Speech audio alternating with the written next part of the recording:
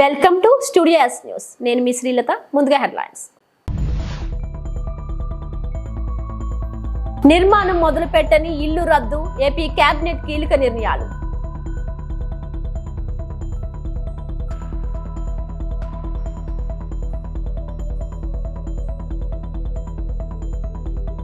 Dry fruits మాటున గంజాయి రవాణా, పట్టుకున్న పోలీసులు.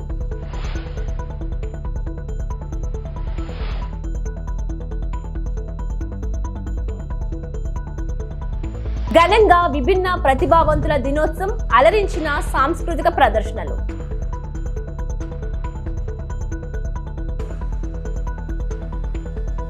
ఇక డీటెయిల్స్ చూద్దాం. ఏపీ సీఎం చంద్రబాబు అధ్యక్షతన జరిగిన కేబినెట్ భేటీ ముగిసింది. ఈ సమావేశంలో పలు కీలక నిర్ణయాలు తీసుకున్నారు. గిరిజన ప్రాంతాల్లో పీఎం ఆవాస్ యోజన, గిరిజన గృహ పథకం అమలుకు కేబినెట్ ఆమోదం తెలిపింది. పీఎం ఆవాస్ యోజన 1.0 కింద గృహాల నిర్మాణానికి కేబినెట్ గ్రీన్ సిగ్నల్ ఇచ్చింది. గత 5 ఏళ్లలో నిర్మాణం ప్రారంభం కాని ఇళ్లను రద్దు చేసే అంశంపై కేబినెట్లో నిర్ణయం తీసుకున్నారు. ఇరిగేషన్ శాఖలో జీవో 62 అమలుపై కేబినెట్లో చర్చించారు. AP Ayurveda, homoeopathic medical practitioner registration చట్ట సవరణకు మంత్రి మండలి ఆమోదం తెలిపింది. ఇంటిగ్రేటెడ్ టూరిజం పాలసీ 2024-29కు కేబినెట్ ఆమోదం తెలిపింది.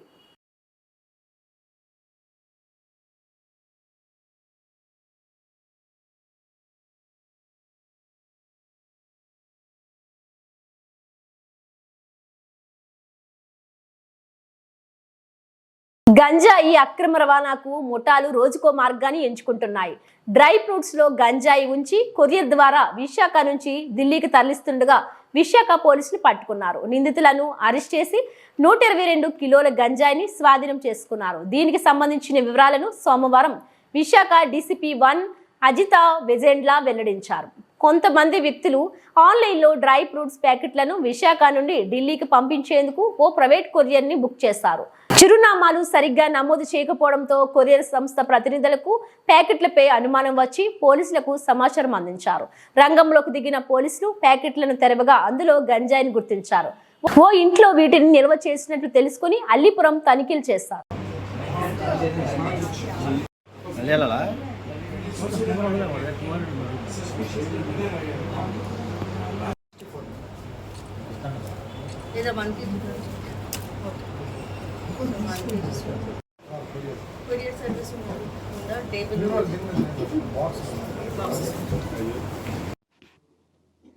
So good morning everyone.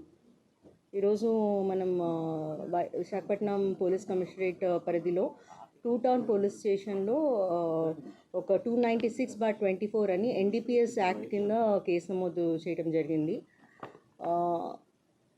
వివరాల్లోకి వెళ్తే బేసికలీ మనకి ఒక ఇన్ఫర్మేషన్ వచ్చింది. దాన్ని బట్టి మనం ఒక ఆన్లైన్ పార్సల్ బుకింగ్ జరిగింది.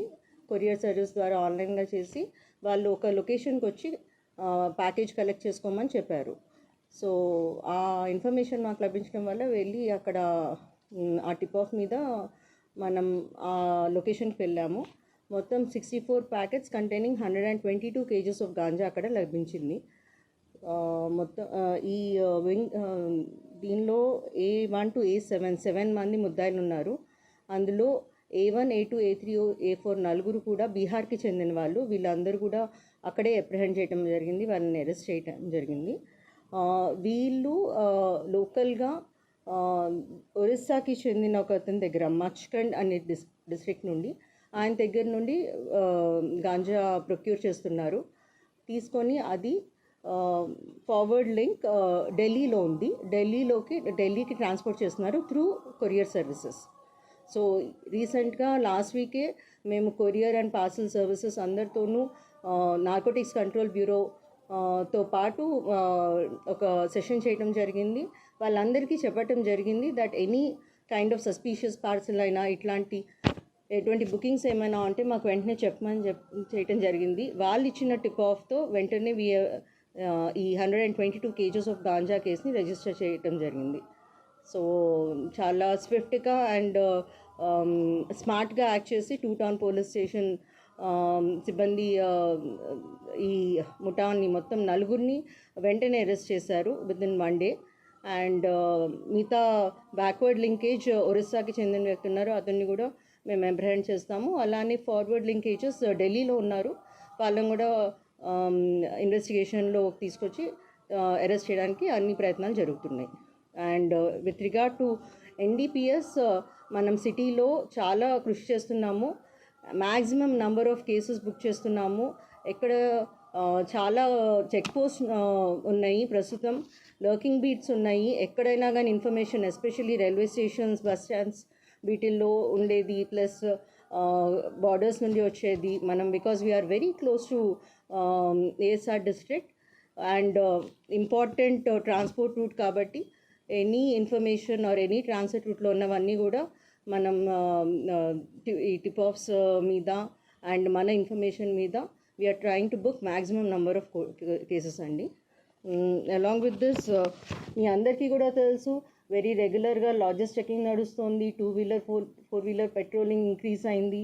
And then PIT NDPS and PD act proposals ఇవన్నీ కూడా సిపి సార్ దగ్గరికి పంపించడం జరుగుతుంది.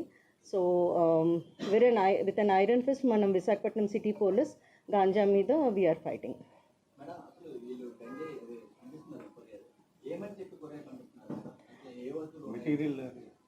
వాళ్ళు ఆన్లైన్ బుకింగ్ చేసుకుంటారు కదండి, మామూలుగా online we can go and book any package, అది ఈ అడ్రస్కి వచ్చి కలెక్ట్ చేసుకోండి అంటారు. మెటీరియల్ డ్రై ఫ్రూట్స్ చెప్పి తీసుకుంటారు, డ్రై ఫ్రూట్స్ అని చెప్పి వాపస్.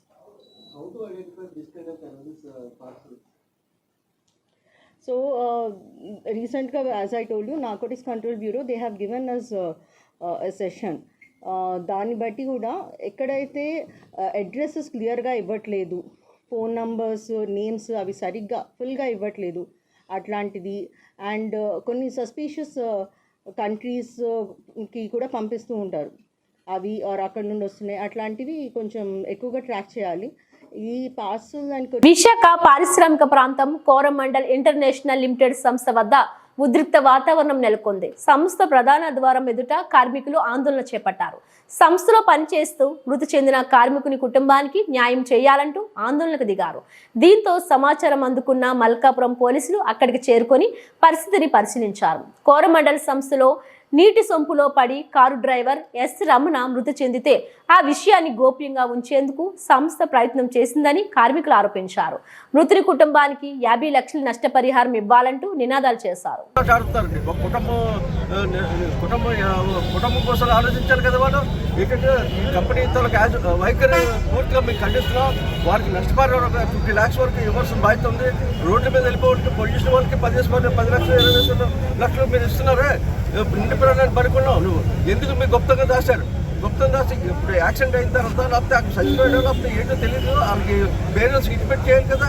చేయకుండా నువ్వు 2-3 రోజుల తర్వాత నువ్వు తెలియజేసి వాళ్ళు పోస్ట్ మార్టం కేజీఎస్ దగ్గర ఉంచేసి బాడీని అక్కడ పెట్టి ఇదంతా మేమంతా ఇక్కడ ఉంటున్నామండి. పూర్తిగా దీన్ని ఖండిస్తున్నాం సార్. ఐటీస్ యూనియన్ పరంగా ఖండిస్తున్నాం. వాళ్ళు 50 lakhs వరకు ఇవ్వాలి. రోడ్ల మీద పోయే వాళ్ళకి 5 లక్షలు 6 లక్షలు ఇచ్చే బదులు చచ్చిపోయారు వాళ్ళ కుటుంబం.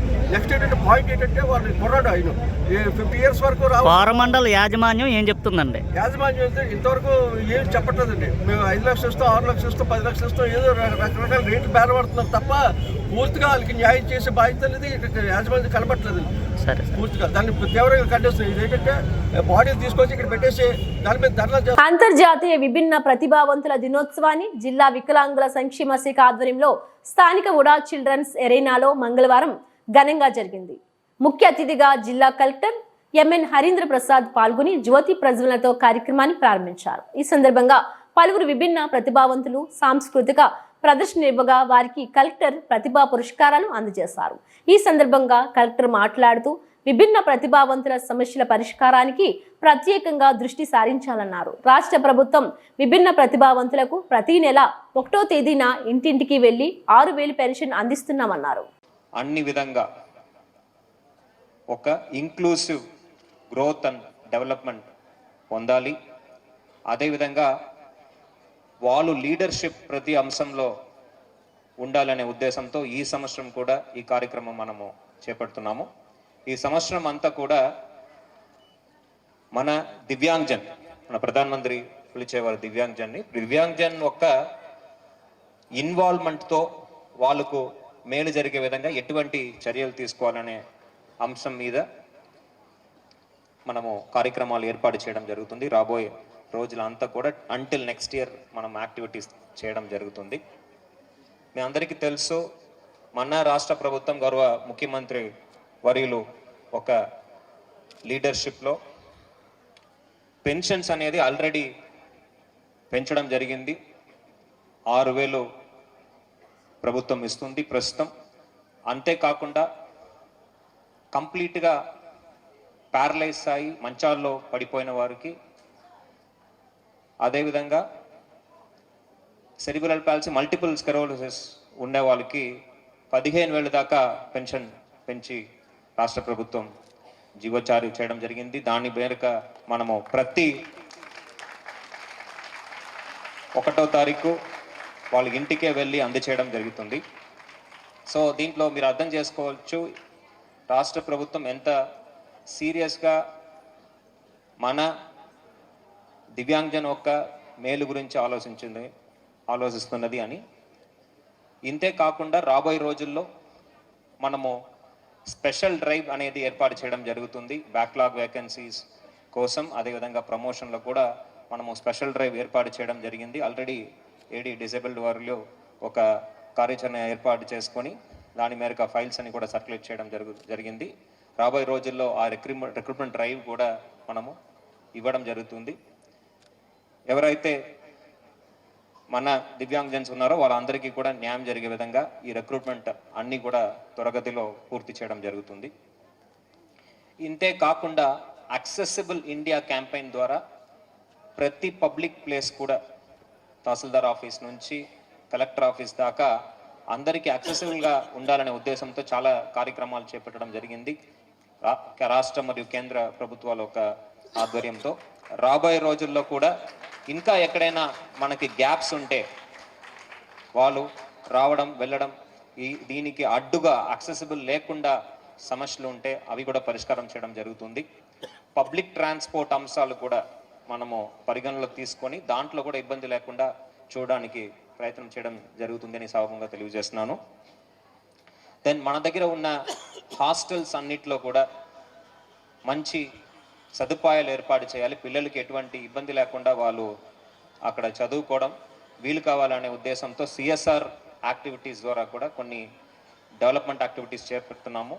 రాబోయే రోజుల్లో ఇంకా 3 నెలల నుంచి 6 నెలల లోపల ఇవన్నీ కూడా మనము పూర్తి స్థాయిలో కంప్లీట్ చేసుకొని పిల్లలకి ఒక మంచి వాతావరణం. గాజువాక శీలానగర్ లో ప్రేమ జంట ఆత్మహత్య స్థానికంగా కలకలం రేపింది.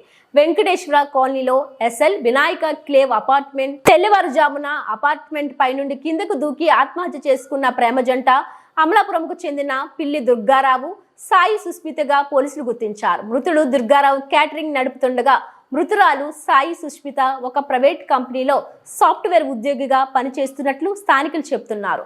6 నెలలుగా అపార్ట్మెంట్లో ఉంటున్న పిల్లి దుర్గారావు వద్దకి అప్పుడప్పుడు అపార్ట్మెంట్కు వచ్చి మృతురాలు సాయి సుష్మిత వచ్చి వెళ్తున్నట్లు సమాచారం.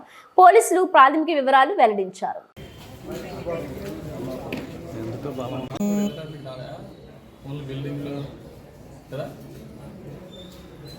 దేవరాపల్లి మండలంలోని అక్రమ చేపల పెంపకందారులు తీరుమారదు. అధికారులు నోటీసులు ఇచ్చినా బైండవర్ కేసులు పెట్టినా వారి లాభాలు ఆర్జించి విచ్చలవిడిగా చేపల పెంపకానికి చికెన్, పశుమాంసం హోటల్స్లో వ్యర్థ పదార్థాలు వేసి చేపల పెంపకం చేస్తున్నారు. మంగళవారం దేవరాపల్లి మండలం తారువా గ్రామంలో బోలె వెంకటేష్ అనే వ్యక్తి బొలెరో వ్యాన్తో వ్యర్థాలను తరలించడాన్ని చూసి సిపిఎం జిల్లా కార్యదర్శి వర్గ సభ్యుడు వెంకన్న పట్టుకొని ఫిషరింగ్ పోలీస్ రెవెన్యూ అధికారులకి అప్పగించారు. అనంతరం వెంకన్న మాట్లాడారు. మండలంలోని కొత్తపేంట, ములకాలపల్లి, మామిడిపల్లి, కలిగొట్ల, మారేపల్లి, చేనులపాలెం, దేవరాపల్లి, పేద, నందిపల్లి, తారువా, గజపతి నగరం తదితర గ్రామాల్లో ఎటువంటి అనుమతులు లేకుండా దాదాపుగా 1500 ఎకరాల్లో అక్రమ చేపల వ్యాపారం జరుగుతుందని తెలిపారు. ఈ చెరువులన్నీ ఇతర జిల్లాలకు చెందిన వ్యాపారస్తులు దేవరాపల్లి మండలంలో రైవాడ నీళ్లు అనువుగా ఉండడంతో రైతులకు డబ్బులు ఆశ చూపించి భూముల లీజులకు తీసుకొని చెరువులు తవ్వకాలు చేపట్టారని తెలిపారు.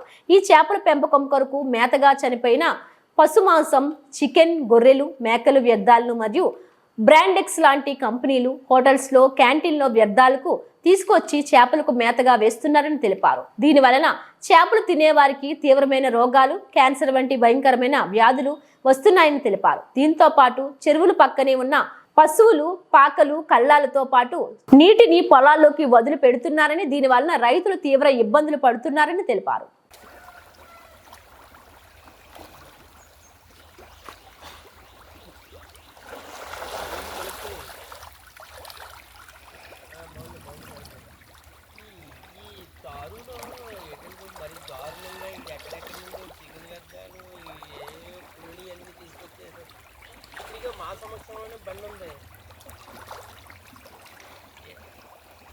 ఏం లేదు, మీరు ఎస్ఐ గారికి ఫోన్ చేసి ఇవన్నీ పట్టించి వాటర్ ఫాల్స్కి వెళ్ళి వెళ్ళలేదు అంత వేకొన్నాడే.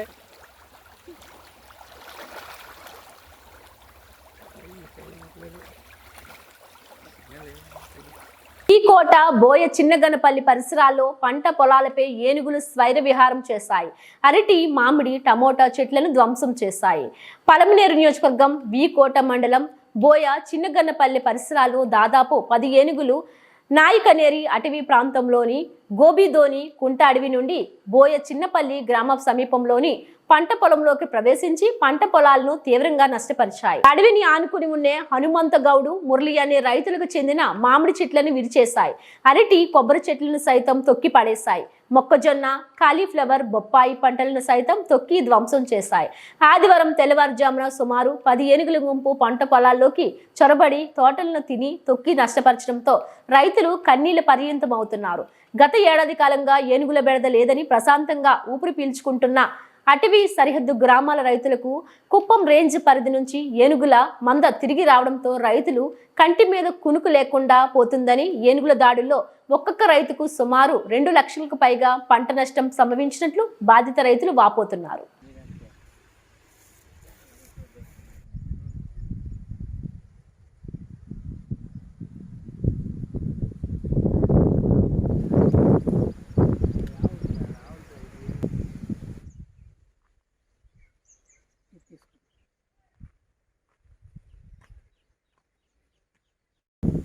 వేల్పల్లి రాత్రి ఏనుగులు వచ్చి చెరుకు తోట ధ్వంసం చేసినాయి. 1 లక్ష రూపాయలు దాకా నష్టమైనది. 2 గంటల మధ్య వచ్చి ధ్వంసం చేసినాయి. తాగిపోయారు, అంతా తొక్కేసినాయి. మమ్మల్ని జగన్మోహన్ రెడ్డి గారు ఆదుకోవాలని కోరుకుంటున్నాము. రాత్రిలో వచ్చి ఏనుగులు పంటనంతా తొక్కి తిని నాశనం పట్టించేసినాయి. ప్రభుత్వం మమ్మల్ని ఆదుకోవాలి అని కోరుకుంటున్నాము. పుష్పమ్మ ఇల్లు కట్టింటే అంతా దొల్లి పడగొట్టేసి సిమెంట్ ముట్లంతా ఎత్తి కింద పోయేసిండే. ఏది ఏనుగులు ఏనుగులు ఎన్ని గంటలకు వచ్చినాయమ్మా? రాత్రుల్లో ఎప్పుడో వచ్చినాయి సార్. సరేమ్మా.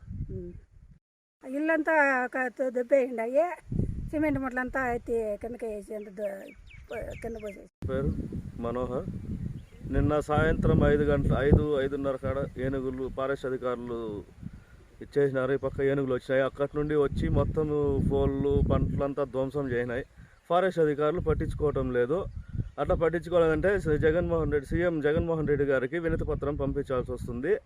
అటవీ అధికారులు వాటి గురించి పట్టించుకోవాల్సిందిగా కోరుకుంటున్నాం. సార్ మాది బోయసినాయనపల్లి హనుమంత్ గౌడు రైతు. మాది రాత్రి ఏనుగులు వచ్చి సుమారు 10 ఏనుగులు మామిడి చెట్లు, టెంకాయ చెట్లు, అంటి చెట్లు మొత్తం ధ్వంసం చేసి వెళ్ళిపోయినాయి. సుమారు 2 లక్షల రూపాయలు నష్టపరిహారం జరిగింది సార్. బాపట్ల జిల్లా రేపల్లె మున్సిపల్ కార్యాలయం ఎదుట మున్సిపల్ ఇంజనీరింగ్ కార్మికులు ధర్నాకు దిగారు. యూనియన్ రాష్ట్ర కమిటీ పిలుపు మేరకు స్కిల్డ్ వేతనాలు అమలు చేయాలని కోరుతూ నిరసన కార్యక్రమం చేపట్టారు. అనంతరం కమిషనర్ సాంబశివరావుకి వినతి పత్రం అందజేశారు. ఈ సందర్భంగా సిఐటియు జిల్లా అధ్యక్షులు సిహెచ్ మణిలాల్ మాట్లాడుతూ రాష్ట్రంలోని 123 మున్సిపాలిటీల్లో ఇంజనీరింగ్ విభాగాలకు చెందిన 13,000 మంది కార్మికులు ఆర్థిక ఇబ్బందులు ఎదుర్కొంటున్నారని తెలిపారు. 2018 సంవత్సరం వరకు పారిశుద్ధ్య కార్మికులతో సమానంగా జీతాలు చెల్లించారు. కానీ ప్రస్తుతం వారి కంటే తక్కువ వేతనాలు చెల్లిస్తున్నారని చెప్పారు. ఈ నేపథ్యంలో జీవో ఎంఎస్ నెంబర్ 36 ప్రకారం ఇంజనీరింగ్ కార్మికులకు జీతాలు చెల్లించాలని డిమాండ్ చేశారు. ప్రమాదకరమైన పనులు నిర్వహిస్తున్న కార్మికులకు రిస్క్ అలవెన్స్ చెల్లించాలని, పని చేసేందుకు అవసరమైన సామాగ్రి కిట్లను సకాలంలో అందించాలని కోరారు. అలాగే చట్టబద్ధమైన వారాంతపు క్యాజువల్ లీవ్లను అమలు చేయాలని డిమాండ్ చేశారు. కాపాడుతూ ప్రజలందరికీ మున్సిపల్ పట్టణాల్లో 123 మున్సిపల్ కేంద్రాల్లో ప్రజలకి మంచినీళ్ళ దగ్గర నుంచి వీధి దీపాల దగ్గర నుంచి ఆరోగ్యంలో కీలకమైనటువంటి పాత్ర వహిస్తున్నటువంటి మున్సిపల్ విభాగంలో ఇంజనీరింగ్ కార్మికులు పనిచేస్తూ ఉన్నారు. ఈ ఇంజనీరింగ్ కార్మికులకు సంబంధించి 13,000 పైచీలు అనేక డిపార్ట్మెంట్ల్లో వివిధ విభాగాల్లో మున్సిపల్ కార్మికులు స్కిల్డ్ కార్మికులుగా పనిచేస్తూ ఉన్నారు. ఈ మున్సిపల్ ఇంజనీరింగ్ కార్మికులకి గతంలో పారిశుద్ధ్య కార్మికులతో పాటు వేతనాలు అమలయ్యాయి. ఈ వేతనాలు ఇప్పుడు పారిశుద్ధ్య కార్మికులకు ఒక అడుగు ముందుకు వచ్చి వేతనాలు పెంపుదల చేసినప్పటికీ ఆ రకమైన వేతనాలు కూడా ప్రభుత్వాలు అమలు చేయడానికి సిద్ధపడతలేదు. మున్సిపల్ ఇంజనీరింగ్ కార్మికులు స్కిల్డ్ ఉద్యోగులు అయినప్పుడు కూడా అనేక దశాబ్దాల నుంచి మేము వేతనాలు పెంపుదల చేస్తాము, స్కిల్డ్ వేతనాలు ఇస్తామని చెప్పేసి ఇప్పటి ప్రభుత్వాలు, గత ప్రభుత్వాలు, అంతకుముందు ఉన్నటువంటి వాళ్ళు అనేక హామీలు ఇస్తూ ఉన్నారు. ఈ సందర్భంగా మున్సిపల్ కార్మికులు సమ్మె చేసిన నేపథ్యంలో రాతపూర్వకమైన ఒప్పందాన్ని ప్రభుత్వ అధికారులు చేసుకునే పరిస్థితి ఉంది. ఈ ప్రభుత్వం వచ్చిన తర్వాత సంబంధిత శాఖ మంత్రిని, సంబంధిత ప్రిన్సిపల్ సెక్రటరీ గారిని స్కిల్డ్ వేతనాలు ఏవైతే దీనికి సంబంధించిన దాన్ని ప్రభుత్వం చేయాలనే దాని మీద మున్సిపల్ ఇంజనీరింగ్ కార్మికులుగా కలవటం జరిగింది. ప్రభుత్వాలు మేము ఆలోచిస్తున్నాము, అధ్యయన కమిటీ ఇచ్చిన వాటిని కూడా మేము పరిగణలో తీసుకుని వాటి వేతనాలు పెంపుదల కోసం చర్యలు తీసుకుంటాము, అట్లానే అర్హులైనటువంటి వాళ్ళని పర్మనెంట్ చేస్తామని చెప్పేసి హామీలు ఇస్తూ ఉన్నారు. కానీ ఎక్కడా ఒక్క అడుగు కూడా ముందు పడతలేదు. ఆ నేపథ్యంలో పోయిన మాసంలో 10వ తారీఖు నాడు రాష్ట్ర వ్యాప్తంగా మున్సిపల్ ఇంజనీరింగ్ కార్మికుల సదస్సు నిర్వహించుకుని మొన్న కౌన్సిల్ సమావేశాలకు ముందుగా మొత్తం అన్ని చోట్ల ప్రజాప్రతినిధులుగా ఉన్నటువంటి వాళ్ళకి, అట్లానే మున్సిపల్ పురపాలక సంఘాల్లో రాయబారాలు ఇవ్వాలి, మా సమస్యలు తెలియజేయాలనే దానికోసం ఆ రకంగా రాయబారాలు లెటర్లు ఇచ్చాం. అప్పటికీ పరిష్కారం చేయని నేపథ్యంలో డిసెంబర్ 2, 3 తేదీల్లో రాష్ట్రంలోని అన్ని మున్సిపల్ పట్టణాల్లో కూడా మున్సిపల్ ఇంజనీరింగ్ కార్మికులుగా మున్సిపల్ కార్యాలయాల దగ్గర ఆందోళన చేయాలని పిలుపునివ్వడం జరిగింది. దానిలో భాగంగా ఇక్కడ ఉన్నటువంటి పరిమితమైన సంఖ్య అయినప్పుడు కూడా నిరసన తెలియజేస్తున్నాం. ఈరోజు మున్సిపల్ కార్మికులేమి ప్రభుత్వ విధానాలను, లేదు ఇప్పుడు వచ్చినట్టు కూటమి ప్రభుత్వాన్నో, లేదు గౌరవ ముఖ్యమంత్రి గారినో రాజకీయాల మీద విమర్శలు చేయటం లేదు. అయా అనేక సంవత్సరాలు, 30 సంవత్సరాలు, 40 సంవత్సరాలు పైబడి ఇక్కడ పనిచేస్తున్న ఇంజనీరింగ్ కార్మికులు ఉన్నారు. వీళ్ళకి ప్రభుత్వంలో అధ్యయన కమిటీ ఏదైతే ఉందో ఐఏఎస్ స్థాయిలో ఉన్నటువంటి కమిటీ ఒక నివేదిక ఇచ్చింది.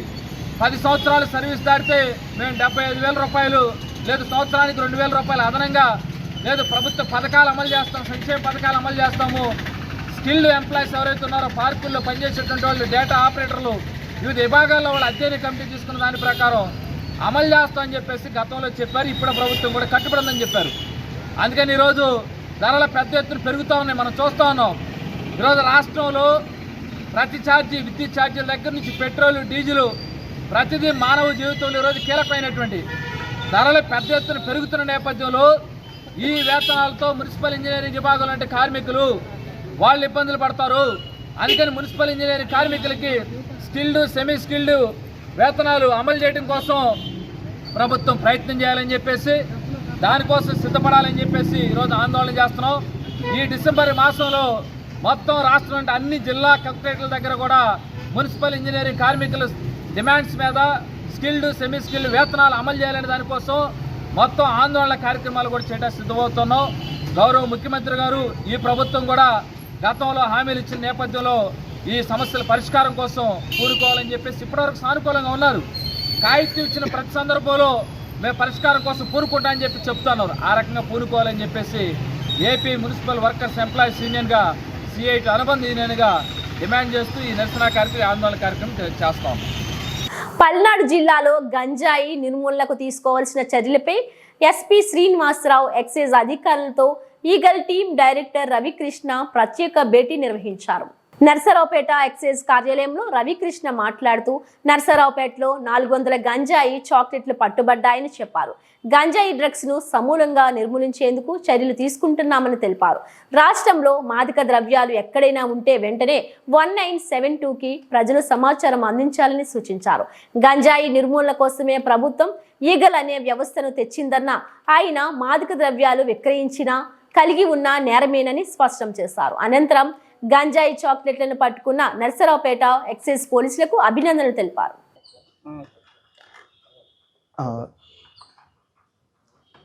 ఈ నర్సరావుపేట ఎక్సైజ్ శాఖ సంబంధించిన వాళ్ళందరికీ కూడా ప్రత్యేకంగా ఈగల తరపున అభినందనలు తెలుపుతున్నాం. నిన్న ప్రత్యేకంగా వాళ్ళు ఒక మంచి ఆపరేషన్ చేసి ఒక షాప్లోని గంజాకు సంబంధించిన చాక్లెట్స్ కొన్ని పట్టుకోవడం జరిగింది. ఈ గంజా సంబంధించి చాక్లెట్ సంబంధించి విషయాలు తెలుసుకోవడం కోసం నేను నర్సరావుపేటకి రావడం జరిగింది. ప్రత్యేకంగా ఎక్సైజ్ డిపార్ట్మెంటు, పోలీసు, అదేవిధంగా ఈగల్ సంయుక్తంగా మేము ఇక్కడ కొంత మీటింగ్ పెట్టుకోవడం జరిగింది. ప్రధానంగా గంజా డ్రగ్స్ మన సమాజాన్ని అంతర్గతంగా చాలా బలహీనపరుస్తున్నాయి. వీటి కోసం సంయుక్తంగా కార్యాచరణ రూపొందించడం కోసం ప్రభుత్వం కూడా ఈగల్ అనే ఒక వ్యవస్థను తీసుకొచ్చింది. మేము అందరినీ కూడా ప్రత్యేకంగా అప్పీల్ చేస్తున్నాం. 1972 టోల్ ఫ్రీ నెంబరు 1972. ఎక్కడైనా సరే ఇటువంటి చాక్లెట్లు కానీ, గంజా కానీ, డ్రగ్స్ కానీ, ఎటువంటి మాదక ద్రవ్యాలు విక్రయాలు జరుగుతున్నా, సరఫరా జరుగుతున్నా, కన్జ్యూమ్ చేస్తున్నా అంటే వాడుతున్నా కూడా ఈ నెంబర్కి కాల్ చేయాల్సిందిగా ప్రత్యేకంగా కోరుతున్నాం. అదేవిధంగా వీటి మీద కూడా ప్రత్యేకంగా సంయుక్తంగా మాట్లాడుకుని ఎట్లా దీని మీద ముందుకు పోవాలో ఆలోచిస్తున్నాం. ఇదివరకు కూడా వైజాగ్ 2 టౌన్లోని ఒక కేసు, అదేవిధంగా ఎక్సైజ్లో కూడా సుమారుగా 3 కేసులు నమోదైనని తెలుస్తుంది. వేరే చోట్ల కూడా ఇటువంటి పరిస్థితులు ఉంటే ఇంకా మాకు తెలియజేయాల్సిందిగా ప్రజలందరినీ కూడా మీకు ప్రత్యేకంగా విజ్ఞప్తి చేస్తాం. ఇవి బులెటిన్ అప్డేట్స్. మరిన్ని వార్తా విశేషాలతో మళ్ళీ కలుద్దాం.